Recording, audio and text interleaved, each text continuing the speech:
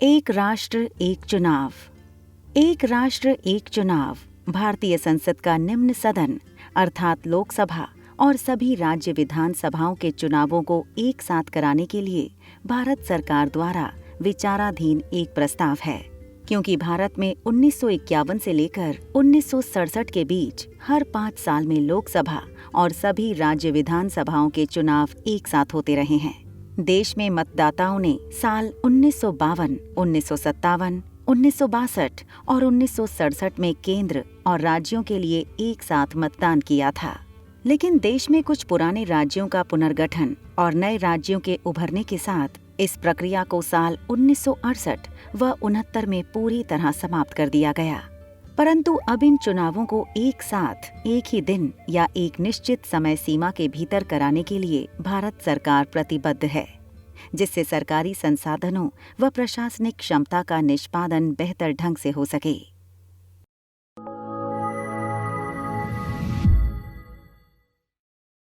नमस्कार, आप देख रहे हैं ज्ञानी रैबिट के बैनर तले आज का भारत। तो आइए हम चलते हैं इस सीरीज के अगले एपिसोड की ओर, जहां हम भारत के संदर्भ में एक राष्ट्र एक चुनाव से जुड़े इसके विविध आयामों पर चर्चा करेंगे।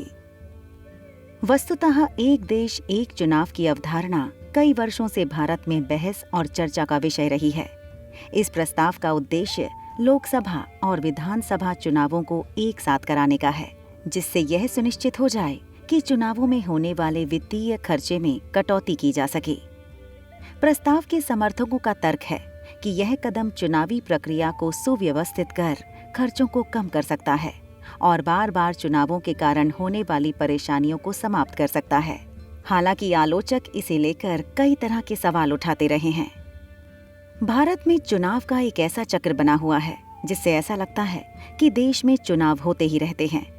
आजादी के बाद से देश में कई चुनाव हुए हैं, जिससे अक्सर संसाधनों और प्रशासनिक मशीनरी पर काफी दबाव पड़ता है। एक देश एक चुनाव की अवधारणा नई नहीं है। जानकारों का मानना है कि यह प्रक्रिया उतनी ही पुरानी है जितना हमारा संविधान।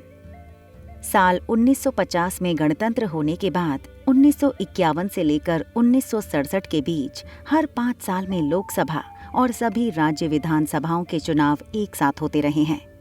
संभवतः विश्व के कई देशों ने चुनावी प्रक्रिया को सुव्यवस्थित करने के लिए एक देश एक चुनाव के मॉडल की विविधताओं को अपनाया है। यहाँ हम उन देशों का उल्लेख करते हुए अपने व्यूअर को यह भी बताना चाहेंगे कि एक राष्ट्र और एक चुनाव भारत देश के लिए कितना लाभकारी है। संयुक्त राज्य अमेरिका। अमेरिका में राष्ट्रपति, कांग्रेस और सीनेट के लिए चुनाव हर 4 साल में एक निश्चित तारीख पर होते हैं। यह प्रक्रिया सुनिश्चित करती है कि देश में सर्वोच्च कार्यालयों का चुनाव एक साथ कराया जा सके, जिससे एकीकृत चुनावी प्रक्रिया को सुविधाजनक बनाया जा सके। इस प्रक्रिया में संघीय कानून द्वारा निर्धारित चुनाव की तारीखों का पालन शामिल है, जिससे चुनावी गतिविधियों का राष्ट्रव्यापी समन्वय बना रहे। फ्रांस भी देश में चुनाव कराने के लिए कुछ इसी तरह का दृष्टिकोण अपनाता है। यहाँ हर 5 साल में एक साथ राष्ट्रपति और नेशनल असेंबली अर्थात संसद के निम्न सदन के लिए चुनाव कराए जाते हैं। यहाँ मतदाता एक ही मतदान प्रक्रिया के तहत राज्य के प्रमुख और उनके प्रतिनिधियों दोनों का चुनाव करते हैं, जिसका मुख्य उद्देश्य फ्रांस में एक देश एक चुनाव की प्रक्रिया के तहत राष्ट्रपति और नेशनल असेंबली के लिए एक निश्चित कार्यालय तय करना है। स्वीडन देश में चुनाव के जिस मॉडल को अपनाता है, उसके तहत संसद और स्थानीय सरकार के लिए आम चुनाव हर 4 साल में एक साथ आयोजित कराए जाते हैं। वहीं नगरपालिका और काउंटी परिषद चुनाव राष्ट्रीय चुनावों के साथ होने से मतदाताओं को एक ही दिन में कई चुनावी प्रक्रियाओं में शामिल होने का मौका प्राप्त होता है। इस प्रक्रिया के तहत राष्ट्रीय और स्थानीय विधायिकाओं के कार्यकाल को सिंक्रोनाइज किया जाता है, जिससे यह सुनिश्चित किया जा सके कि सरकार के विभिन्न स्तरों के चुनाव एक साथ कराए जा सकें। स्वीडन में इस चुनावी प्रक्रिया के चलते चुनावी दक्षता और मतदाताओं की सक्रियता दोनों को ही बढ़ावा मिलता है। साथ ही इस प्रक्रिया से अलग अलग चुनाव कराने का प्रशासनिक बोझ भी कम होता है, जबकि हम जानते हैं कि सामाजिक आर्थिक विषाक्तता के आधार पर ध्रुवीकरण के इस्तेमाल के प्रभावों को आंशिक तौर पर कम करने में एक राष्ट्र एक चुनाव काफी मददगार साबित हो सकता है। एक राष्ट्र एक चुनाव नामक विचार कोई नया विचार नहीं है। हालांकि यह विषय 31 अगस्त 2023 को केंद्रीय संसदीय कार्य मंत्री द्वारा सदन में पेश किए जाने के बाद फिर से चर्चा में आ गई है। भारत सरकार द्वारा सदन में पेश किए जाने के महज एक दिन बाद ही भारत के पूर्व राष्ट्रपति रामनाथ कोविंद की अध्यक्षता में एक समिति का गठन करके पूरे देश में एक ही बार में चुनाव कराए जाने की संभावना पर विचार करने के उद्देश्य की घोषणा कर दी है।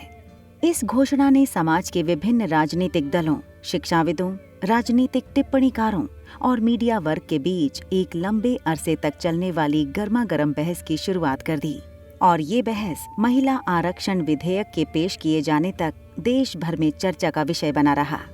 जबकि एक राष्ट्र एक चुनाव समिति ने विगत 23 सितंबर 2023 को अपनी पहली बैठक के दौरान देश के तमाम राष्ट्रीय दलों, मान्यता प्राप्त राज्य स्तरीय दलों और राज्य सरकार के प्रतिनिधियों को इस विषय पर विचार विमर्श करने की और उनकी राय व परामर्श को जानने के लिए आमंत्रित किया और साथ ही इस विषय पर केंद्रीय स्तर पर गठित कमेटी द्वारा विधि आयोग से भी उनकी राय मांगी गई है। इस अवधारणा के तहत प्रस्तावित मूल विचार यही है कि देश भर में लोकसभा या संसद के निचली सदन एवं सभी राज्य विधानसभाओं के चुनाव किसी एक खास साल में एक ही बार में किसी तय तारीख में कराए जाने का प्रस्ताव है। इस प्रस्तावित निश्चित चुनावी खिड़की के द्वारा यह देश में लगातार होने वाले चुनावों की प्रक्रिया को समाप्त करने की कोशिश है। अगर ऐसा होना तय हो गया तो इस योजना के तहत आयोजित किए जाने वाले राष्ट्रव्यापी चुनावों में देश भर के हजारों किलोमीटर के क्षेत्र में फैले कुल 28 राज्यों और केंद्र शासित प्रदेशों के विधानसभा क्षेत्रों को चुनावों में शामिल किया जाएगा। एक राष्ट्र एक चुनाव का प्रावधान। स्वतंत्र भारत के शुरुआती दशकों में वर्ष 1952, 1957, 1962 और 1967 के दौरान समवर्ती चुनाव कराए गए थे। इन वर्षों के दौरान सभी राज्य विधानसभा चुनाव संसदीय चुनावों के साथ ही आयोजित किए गए थे।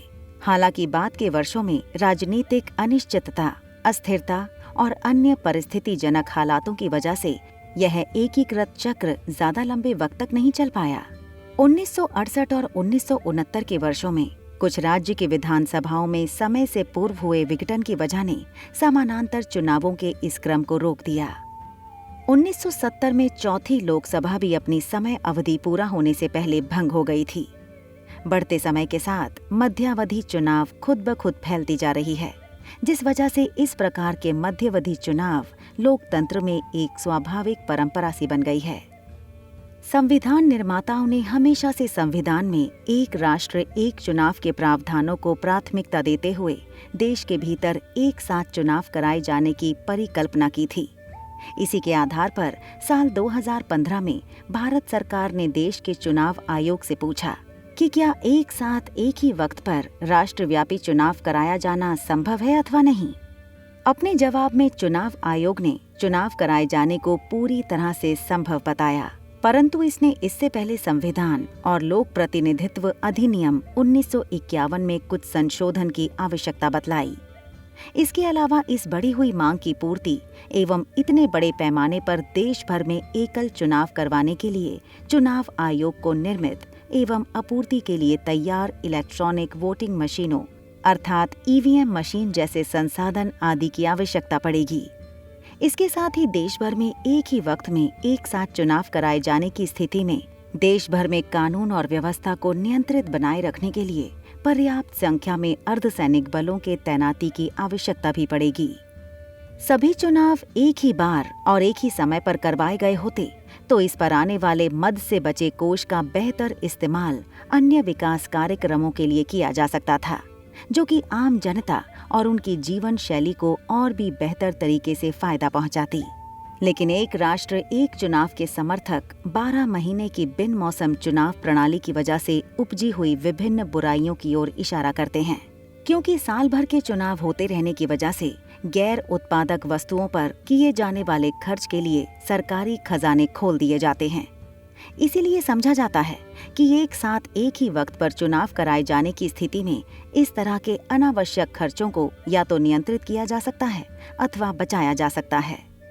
आज लोकसभा चुनावों के मद में भारत सरकार और राज्य विधानसभा के चुनावों में राज्य सरकार इन चुनावों के आयोजन एवं संचालन का पूरा खर्च वहन करते हैं।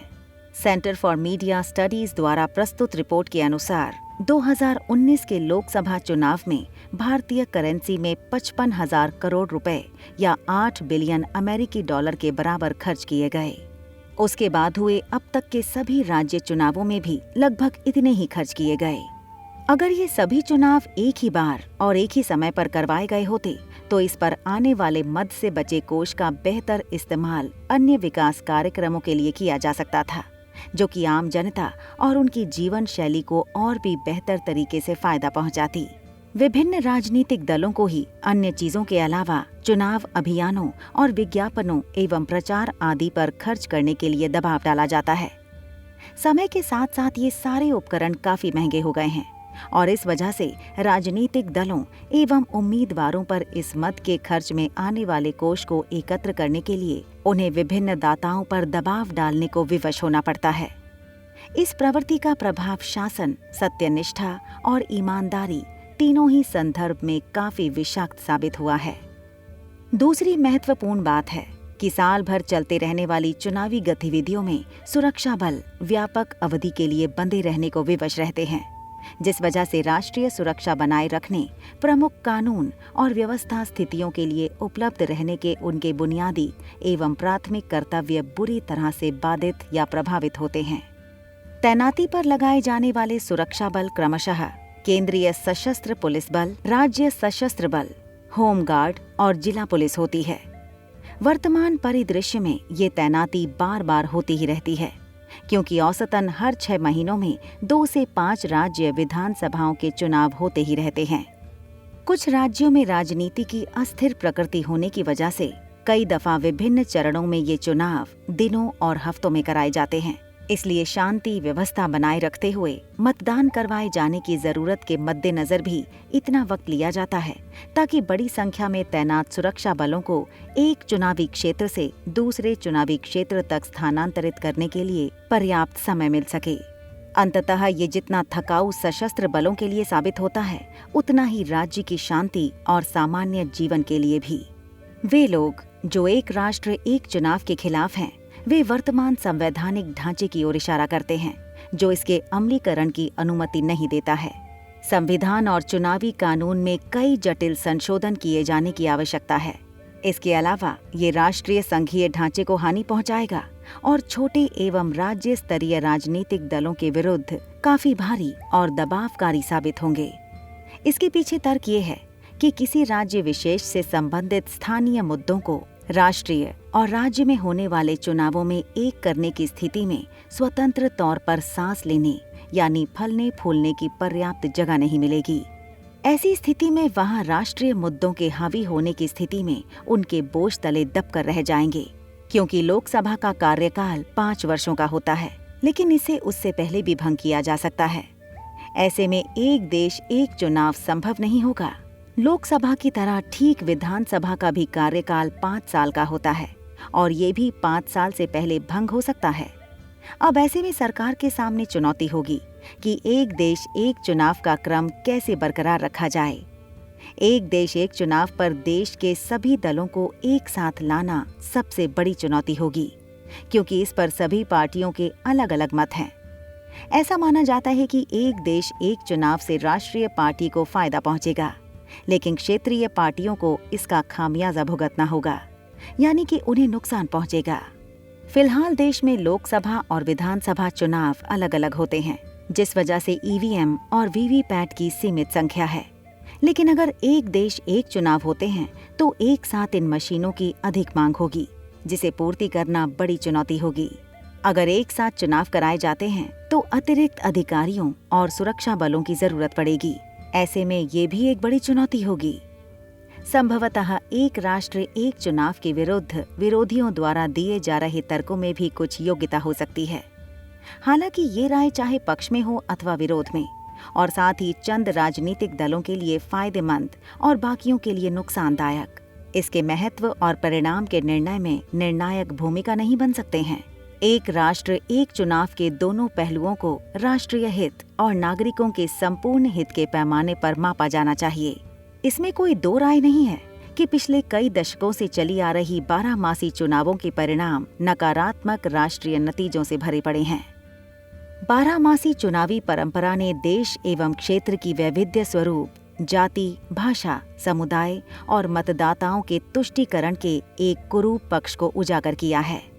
क्षेत्र में अपनी पकड़ को बनाए रखने को उत्सुक और चुनावी जीत की तलाश कर रहे राजनीतिक दल निष्क्रिय और निष्प्राण सामाजिक विभाजनों से फायदा लेने के लिए किसी भी हद तक जाने को तैयार बैठे हैं और कई मामलों में अपने फायदे के लिए समाज में दरार और मतभेद का बीज बोने में व्यस्त रहते हैं। वस्तुतः राष्ट्रीय ताने बाने के लिए ये काफी नुकसानदायक है और देश के भीतर एकता का सृजन करने के बजाय कलह और नफरत पैदा कर रहे हैं। ऐसी स्थिति में अगर प्रति 5 वर्षों में समवर्ती चुनाव का आयोजन किया जाए तो ऐसी कोई भी दुष्प्रवृत्ति काफी हद तक निष्प्रभावी रह जाएगी। इससे सामान्य दैनिक जीवन में से वैमनस्य जनित मुद्दों को बाहर निकाल फेंकने में काफी मदद मिलेगी, जैसी आज की स्थिति में बनी हुई है। इस दिशा में एक राष्ट्र एक चुनाव काफी सार्थक एवं कारगर कदम साबित होगी। निष्कर्षतः हम यह कह सकते हैं कि आगामी चुनाव के मौसम में राजनीति की जुबान में विषाक्तता के साथ सुशासन के सिद्धांत का पालन करना विभिन्न राजनीतिक दलों के लिए बेहद मुश्किल है।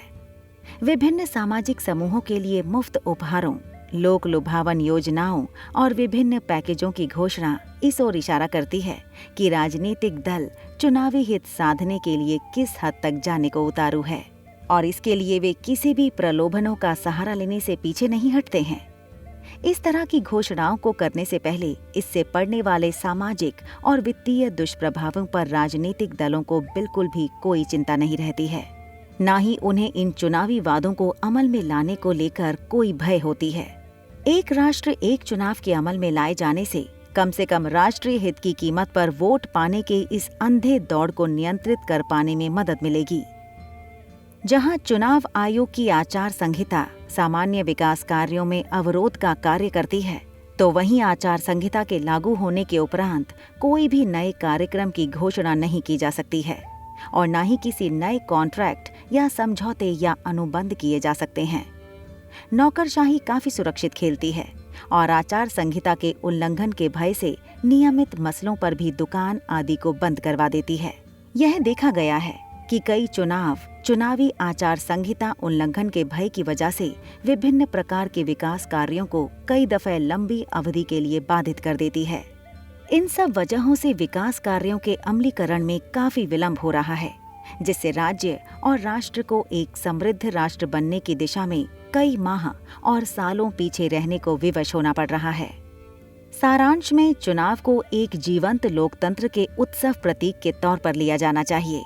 इसे सामाजिक आर्थिक विषाक्तता के ध्रुवीकरण में नहीं बदला जाना चाहिए। इस प्रतिकूल प्रभाव को कम करने की दिशा में एक राष्ट्र एक चुनाव काफी हद तक कारगर सिद्ध होगी। धन्यवाद।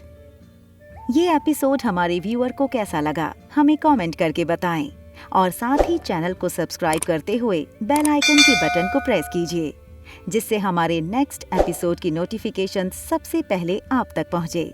और इस एपिसोड से जुड़े बोनस पॉइंट्स के लिए डिस्क्रिप्शन बॉक्स में जरूर जाएं, जहां हमने अपने प्रयास से सभी तथ्यों को क्रमबद्ध रूप में प्रस्तुत कर दिया है। नमस्कार।